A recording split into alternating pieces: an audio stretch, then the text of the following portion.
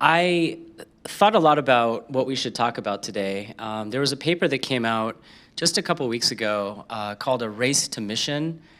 Show of hands of anybody that read that. It was, okay, a few people. If you haven't yet, check it out.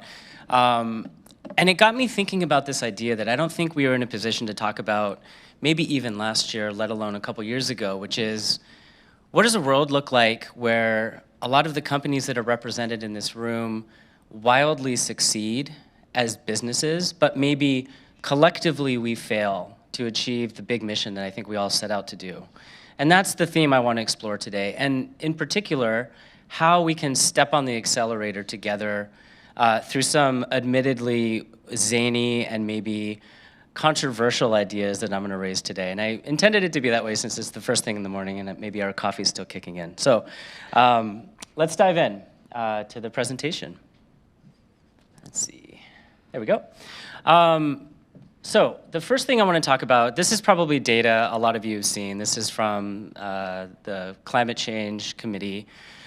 There's a bunch of lines on here. I think the conclusion that we've all come to is that we have about 8 years to make a really big difference in terms of turning the tides toward a cooler future. I don't know if anybody had a chance to see a couple articles in the New York Times that have come out over the last couple days, but there was one yesterday in particular that I found really heartening. It talked about how even though we're not on track to achieve a 1.5 or even a 2 degree increase in temperature, we are already have taken steps that is not going to put us on the track to catastrophe. So not 4 degrees, not 5 degrees, and that is because of innovation and because of things like the folks in this room are working on.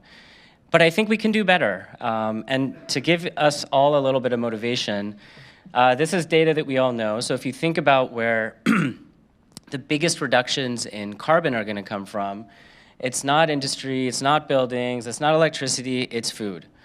We all know that. And I wanted to highlight this little thing on the bottom here as a call to action. So the IPCC has basically decided that we're not worth thinking about. We're a rounding error in terms of being able to turn the tide on carbon emissions in food. And I want to challenge us today to think about pushing back on that and come up with a way that we can maybe go a little bit faster, have a bigger impact in this decade. So before I do that, I just wanted to provide some good data. I think a lot of you know our oceans are our planet's refrigerators, storing something like 93% of the planet's carbon. Meanwhile, we are taking all of the fish out of the sea. And I don't know about you, but I am really worried about whether our planet's refrigerators will work as well if all we have left is just a bunch of jellyfish in the sea. You can see some data here that's pretty compelling that we're not on a good track in terms of sustainable fishing. Similarly, there was a study that came out in Nature last year that quantified the impact of deep-sea trawling as equivalent to the release of all of the carbon emissions of the global aviation sector combined. Now, that study has been a little bit controversial, but I think it's worth thinking about. You know, I think when we think, most of us think about global warming, we think about cows belching methane. But it's also coming from the sea, which is storing so much of our planet's carbon. And it's more than just the climate. I'm a total data geek, so bear with me. We're going to have a bunch of charts today. The gray line here is CPI with 1982 kind of baselined at 100, and in red are inflation-adjusted salmon prices, basically. So the point on this slide is that it is now basically 5 times more expensive to buy salmon than it was inflation-adjusted even 11 or 12 years ago. And what that means is that one of the world's healthiest forms of protein that we can have is increasingly becoming inaccessible. And by the way, I have the same chart for beef, and it looks exactly the same. So if you play this tape forward, we're thinking about a world where only the wealthiest people can afford the most nutrient-dense types of animal proteins. And I don't know about you, but I say no thank you to that future. But that's why we're here, right? Last year was a banner year in terms of fundraising for our field. I borrowed this from GFI's State of the Industry report. So much capital flowing in. And it's not just money that's being vaporized, we're putting it to good use. So Mosa Meat, for example, just last week announced that they were opening a huge facility in the Netherlands. That's on the heels of Upside just across the bay here in California. and Aleph Farms in Israel. We are quickly moving toward much larger production, which is exciting. But there's always a but. So I want to go through some math that I've been thinking about lately. So let's make some assumptions together. The cost of an industrial scale cultivated meat facility is upwards of $100 million based on our experience. So far, about 5 firms have raised that much money. Let's assume generously in the next 5 years, another 15 raise that much money and build an industrial scale facility. Each of those, based on what I've been reading from our own projections as well as what others have said publicly, we're looking at something like 20,000 tons per year per company. That's a lot of meat and seafood, just to be clear. And if you add all of that up, that's 450,000 tons. It's almost 1 billion pounds a year. Amazing. And by the way, to my first point when I opened, that means 20 super successful companies, each cranking out $500 million a year in revenue. Awesome. I don't think even a couple years ago we would have been feeling so confident about the trajectory that this field is on. But I wanted to provide that in context of global seafood production in blue and global meat production in red. That together is a whopping 0.08% of global demand. So it's a heck of a start, no doubt. But what I wanted to explore today is how do we go faster? How do we put ourselves on the map for the IPCC? How do we convince people that we can actually do something that will have an impact this decade? And this isn't something that's 20 or 30 years down the track. The first thing I wanted to talk about, to quote Daft Punk, I think we can all do a lot better by not doing it alone, right? And so a lot of the companies speaking at this conference, represented in this room, have made a decision to partner with a lot of the world's biggest meat and seafood producers. But I wanted to actually take it a step further. Maybe instead of just taking money from these firms, we should actually help them be our competitors. And I'll say that again. We should help them compete with us in our own field. And the reason I'm saying that is I think about when Tesla had its biggest impact. It wasn't when they made this badass roadster car. It wasn't when they started cranking out mass market X's. It's when GM and Ford and BMW and every other company made an electric car such that in 2035, this state and 11 others in this country will say goodbye forever to the internal combustion engine. And for those of us who have been around a little while, I grew up in Los Angeles in the late 90s. I was in high school. And I remember seeing clunky Priuses driving with one driver in the carpool lane and thinking oh my God, how do I get one of those? And of course, that was not an incredible car. But look at where we are today, just over the span of a couple of decades, right? We're talking about a global transition to a brand new technology. And what I wanted us to think about is how can we work with all of the companies on this list and maybe 100 others to go faster than we would on our own, even as 20 super successful companies or 100 successful companies. I'm gonna date myself. Does anybody know who Voltron is? All right, there's a couple old timers like me. All right, so Voltron was a cartoon from the 80s that's been redone, evidently. I didn't realize that. It was 5 lion robots. And each of those lion robots had incredible powers, and they were awesome. However, they came together and formed this badass robot, swinging a big sword and basically conquering anything that came their way. And I wanted to, so what does that have to do with culture meat? Well, this facility is the world's largest fermentation facility just outside of Copenhagen. And look at that picture. That is a city-sized facility. And so what I wanted to throw out there as maybe wild idea number 2, what if 5 companies came together and instead of building a pilot plant and then a medium-sized plant and then a large plant and then maybe an industrial-sized plant over the course of 15 years, we just worked together to build one big plant with shared facilities. And for those of you who are on that journey toward building big facilities, you'll know that steam-in-place facilities, clean-in-place facilities, all of these shared utilities, and honestly, even the upstream production part of what we're doing, the growth of cells and bioreactors, are much more alike than they are different. So this would help us move faster, build a bigger plant, and actually work much more closely together, and maybe leapfrog some of this very small step incremental increases that we are on track to do right now. All right, I don't think anybody joined this industry to put their hand out to the government to help us along, but it might be time to think about it. And that's what I wanted to discuss as wild idea number 3. This country is investing $52 billion in semiconductors, and we're doing that because as an order of national security. Everything that we consume, that we build, that we buy, requires these things, and most of them are imported. And I think we've all felt the impact of that when China closes its borders due to another COVID shutdown. And so, we have this national endeavor to make a domestic source of semiconductors. What if we had something similar for food, right? Not just conventional forms of food, but this new generation of food. A big national investment to build something like what I showed on that previous page. And I have to believe whatever city we are locating the Voltron facility in would probably be really excited to have us and might even give us some very interesting incentives. So I talked about Tesla earlier. A lot of people don't know that Tesla took a $500 million loan from the US government to get to where they are today.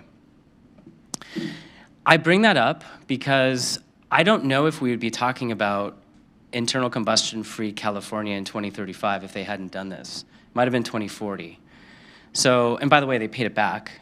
So there's something really interesting here, which is, A, we can go faster with something like this rather than raising venture capital, which I know all about this. I'm sure a lot of people in this room know about this. It's probably not the most efficient and certainly not the best from a finance perspective, structured way to fund the construction of a big facility.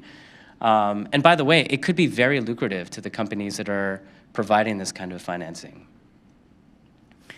All right, so the next thing I wanted to talk about is a few ideas of ways that we can work together as an industry that we haven't done before. Some of these things might seem a little crazy, far-fetched, but I wanted to throw them out there anyways, food for thought. The first thing I wanted to talk about is this world of weaponized disinformation that we live in that's really become so apparent in the last 2 or 3 years. There have been a couple of articles that have come out. I don't know if anybody read that article on the left about the end of Beyond Meat, but it was basically a hit piece saying, this is food that nobody wants to buy. This company doesn't deserve to exist. It was a complete hit piece by a political consultant with clear ties to let's just say interests that are not interested in a diversification of our food supply. Right now, they're attacking the plant-based movement, but I hope everybody in this room realizes that we are most certainly next. And if you doubt that, just take a look at this piece in the Washington Post just to the right. The last thing I want to do is get pulled into the culture wars that are dividing this country. I don't think anybody wants that. But we need to be prepared. What are we going to say when we are accused of bypassing normal regulatory processes to rush things to market, which everybody in this room knows that that's not true. We've been in deep discussions with FDA for 4 years, as have many other companies. But we need to have our talking points together. We need to talk a lot more about what is our story, how are we going to educate people than we ever have before. The next thing we need to do is to, just like we cultivate our cells and we take good care of them, we need to think about where all the input's going to come from for our production system. And there's 2 examples I want to talk about today. One is bioreactors. So I was talking to Natalie right before this conversation this morning. We're going to need something like 1 billion liters of bioreactor capacity, give or take, in the next few years. Where is that going to come from, right?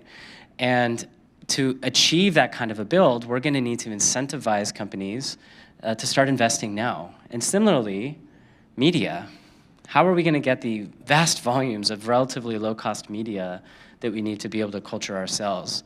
Coming back to my Voltron idea, what if we had those 5 companies also co-locate next to a facility making media for all 5 companies? And by the way, I'm willing to bet 99% of the media is common, even between salmon cells and chicken cells, based on our own experience. So maybe that's not such a crazy idea. The last thing I wanted to talk about is regulatory. So I took this nice resource from GFI and plotted out kind of the state of regulatory discussions in the US. So the point of this slide, of course, as everybody knows, there's only been one regulatory approval, and that's in Singapore. There are good pathways defined in a bunch of other countries, but no approvals yet. But most of the world is gray. Conversations haven't really started. So just knowing who to talk to in these regulatory agencies, how to structure a safety submission, requires a great deal of knowledge that I think we've all earned the hard way over the last few years. But what if we helped each other and just said, hey, my friends in Europe, Mosamit, here's who you talk to at FDA. This is the person we've worked with. This is the format we use to submit our safety submission. We could start to light up the rest of this map much more quickly. Because one of the slowest things in our field is getting regulators comfortable with our industry. It's a multi-year process, as it should be. This is a fairly new thing. We need to make sure people in every single country are very comfortable with what we're doing, that this is a safe process.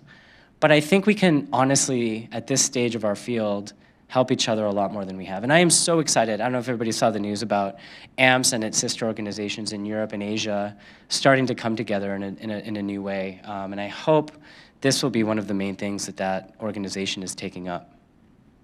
All right. Alex talked a little bit about commercialization and creativity. I want to talk for a minute about a few creative ideas that we might be able to accelerate with. So has anybody seen this Wired 5 Levels series? Probably not. A guy I met in London, Patrick Neal, told me about this. So basically, it's an expert who talks about a really complicated topic to a 5-year-old, to an adolescent, to a college student, to a grad student, and then a peer, a fellow expert. And the reason I'm bringing this up is because when every explainer video I've seen, every graphic, automatically reverts to the lowest common denominator, that 5-year-old explanation. And I think as this field matures and we begin to come to market, we need to meet people on different levels. So I want to play a video for just a minute, just to give you a sense of how this astronomer is talking about black holes, so you can kind of see what I mean. So have you ever heard of something called a black hole?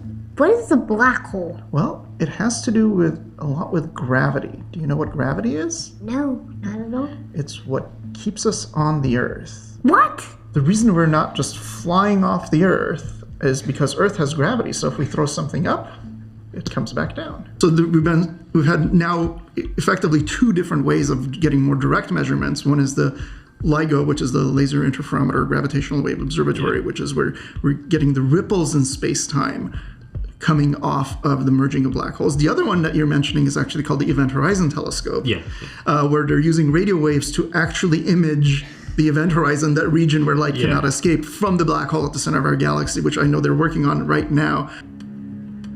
So how do you do your observations in optical and infrared? So fortunately, I'm also doing it from space with the Spitzer Space Telescope, so particularly in the infrared. And my main interest has been to try and study the environment around the supermassive black holes, not as close as where the X-rays are coming from, but clearly there's something from the X-ray corona that illuminates the rest of the accretion disk and the dust that's further out. And so fundamentally, that's one of the key things that I'm trying to use, is trying to see how long, once you've got this sort of pulse that's generated close to the black hole, propagates out. And so you can use optical wavelengths to see that the accretion disk lights up in the optical a little bit as it gets heated up from the X-ray. Okay. So the reason I brought this up is because I think some of our biggest fans would talk like the level 5 expert. But we are not talking like that in the public domain. We're not talking like that in the comments on our social channels. But I think we owe it to everybody in the industry, among consumers, to start meeting them where they are. And I don't have a perfect idea of how we can do that, but I at least wanted us to start thinking about that. How can we make that narrative a lot more educational, a lot more interesting, and customized toward the appetite for detail? I think the instinct has always been, oh, this is science. People don't want to think about science in their food. But I want to challenge that. because at the end of the day, we're using really cool technology to make meat and seafood. And we should talk about that. Let's find a way to talk about it in a way that's genuine, that's honest, that is science-based, that doesn't turn people off and is very appetizing. I wanted to talk about this connection to food, right? So there's these old-timey photos that we've all seen of like the good old days about animal husbandry, right? When an animal would live in harmony with its family on the farm. It would ultimately get slaughtered, but it had a pretty good life from that time. We, as an industry, have so much work to do to help people connect on an emotional level with our technology. I think what we've tried to do is use handy analogies like brewing, right? We were guilty of that too. The trouble is it's hard to imagine a cute little kid like that hugging one of these brew tanks, right?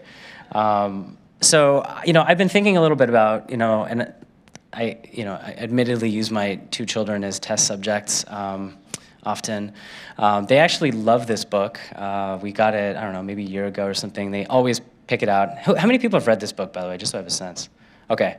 There's this like scene where they're taking a biopsy. They call it a pinch. It's like a big like needle. And our kids hate that because the cow is saying ow, but also because they hate shots. So we have to skip that page. But like this is one of their favorite books.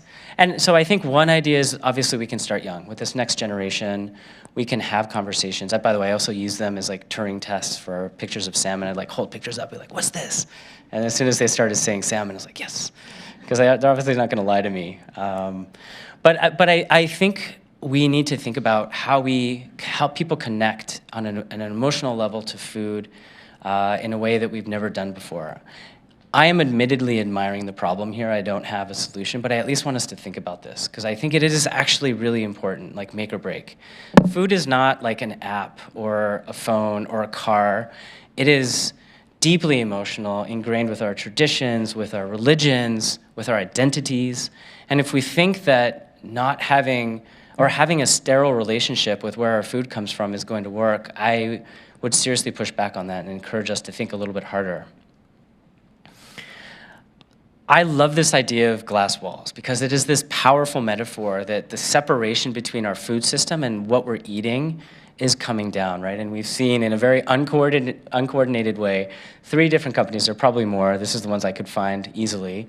So Super Meat up there on the right, the Epic facility from Upside on the right, and then us on the bottom, right? So the idea is to like bridge this gap, but I think we need to go even further. How do we, for example, when these safety submissions come out, how do we give people confidence that the FDA had all the information that they needed to assess how safe these products are? We, for one, are going to make our submission public when we're done with that process, and I hope others will too. But I think we need to go really far. And the reason we need to do this is because we need to build trust. And trust is built through honesty, transparency, and integrity. And we've come up with a really new way to make meat and seafood, and people need to know about that. So I would encourage us to think about new ways to be transparent that takes it beyond this sort of initial powerful representation. The last thing, and the thing I wanted to close on, is that I think the most powerful demonstration of the creativity that is inherent in this field is the products we've made. I mean, look at that, right? This is something to be incredibly proud of. There is nothing like this in the plant-based world. Like, this is a tremendous accomplishment to be able to make such amazing food products. I mean, I want to eat all of those things. And who thought you could have like a foie gras burger and have zero guilt about it, like in this decade? But here we are. We can do that in 2022. So I think, I wanted to close on this idea that one of the most powerful things that we can do collectively as a field is just make good food products. Like, I talked about so many things, but at the end of the day, we're food companies, and we need to make awesome food products. So congratulations so far to everybody who's been the toil and the multiple years behind each and every one of these products. I know exactly what the journey has been, but let's do more going forward. So thank you very much. I'd love to hear some questions.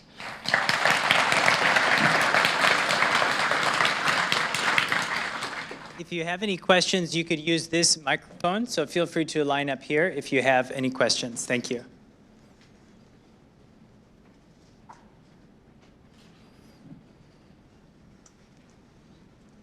And if you have any questions later, feel free to find Justin in the expo hall or throughout the next day or so. But it looks like we do have some questions coming up to the mic, so let's give it just 1 minute.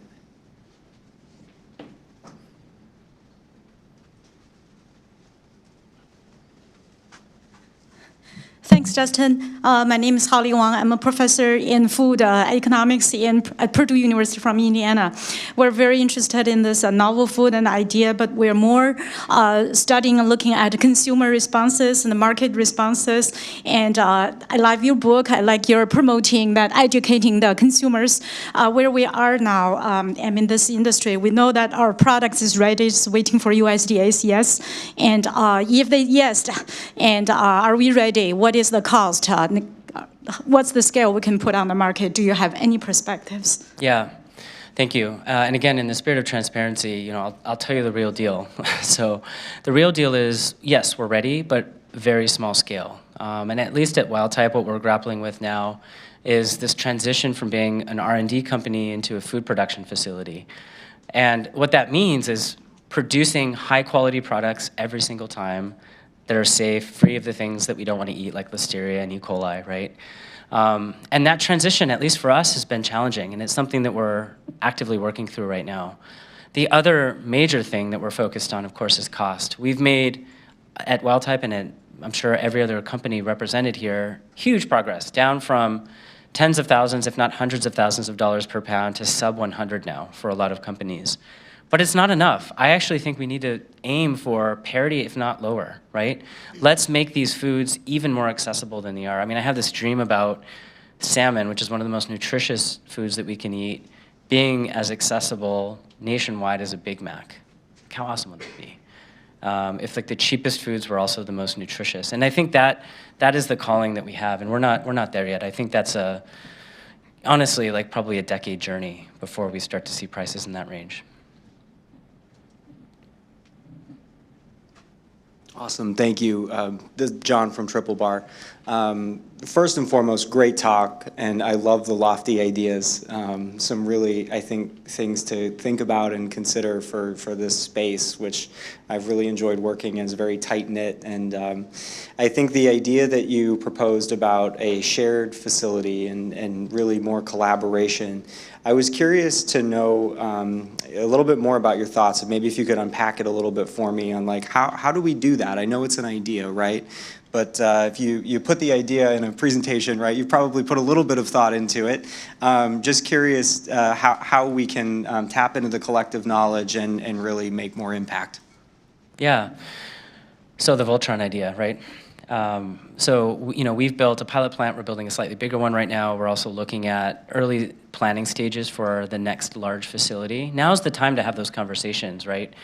Site selection is underway. So maybe companies should just get together and talk about like what is our shared utility? Test this out a little bit. How similar are our upstream processes really? Are they more similar than different, as I guess they would be? I think that's the next step, just kind of like a quick due diligence. Does this make sense? I realize it's a little bit crazy, but I think there's a way to do this such that the sensitive, what we call downstream, so the creation of our finished product, can be done separately and securely, protect IP, all that good stuff. But honestly, I think there's something here worth exploring. Hey, Justin. Paul Shapiro from the Better Meat Co. Stellar talk. Absolutely loved it. Thank you for that and for your great work. Quick question. You had a slide that said 20,000 tons was $500 million of revenue. So by my quick math, that's about a selling price of about $12 a pound. So if it's hundreds of dollars per pound now, what's the pathway? So first of all, is that correct that the intended selling price at retail is, or at wholesale rather, is $12 a pound? And if the COGS today are at hundreds of dollars a pound, like what's the path to getting down to a profitable $12 a pound price? Great question. Yeah, that was intentional. So, and I want to be honest with what I said. I do think it's going to take some time before we're below cost. And so I think the journey that we're on over the next few years is one of a loss leader, right? To show people what's possible, build market share, get people excited about these products. And by the way, we're not the first company that would do that for the first few years. I think that's better than having a $100 burger, to be honest, at least in my opinion, because I want these products to be accessible to people. Yes, we should have them in a Michelin restaurant, and you should pay what they cost. will show that there's a market for that and there's demand for that, coming back to your question. I think there's a really big part of the demand curve that could sustain our current costs. But I also think it's important to show that, you know, it's available in a grocery store, in a downscale market, in a quick service restaurant, for example. So that was my intent. And others may have made faster progress than we have on cost reduction, but it is the journey. Like, that is the one thing that we're focused on, I'd say. Thank you. We have time for one more question. Hi, Justin. This is Corinne from Biocellian. So thank you for the talk. And you did mention about regulatory, that we have to work with them in order to map out the bioprocesses. So I'm coming from like a drug manufacturing background, like cell and gene therapy, and the process is a little bit long in terms of testing. So what are your thoughts about it? Like whether this kind of cultivated meat industry would go into a little bit of kind of like drug manufacturing for quality control testing at all, and what the timeline right now, and particularly for your company? Yeah, I mean, I can speak most directly about the U.S. Paradigm, which is a food, you know, where FDA is the Food and Drug Administration. It's primarily food, actually. So we've used the food path, not the drug path, importantly. But that might vary from country to country. And that's the reason I made that slide, is because I think we should plan that it's going to be a 2 to 3, maybe 5, maybe more years journey to kind of get from the start to the finish in each of these countries. And rather than 15 companies working on one country, perhaps there is a way that we could spread our efforts and pave the way for one another. Because we are, as I hope you saw on that page, with that minuscule amount of market share, we are really not competitors, truly. We should be collaborating a lot more than we are. And so let's help each other get to market. It can only help all of us. Thank you so much. This is a real honor and a treat to be here to kick things off with you all this morning. Thanks.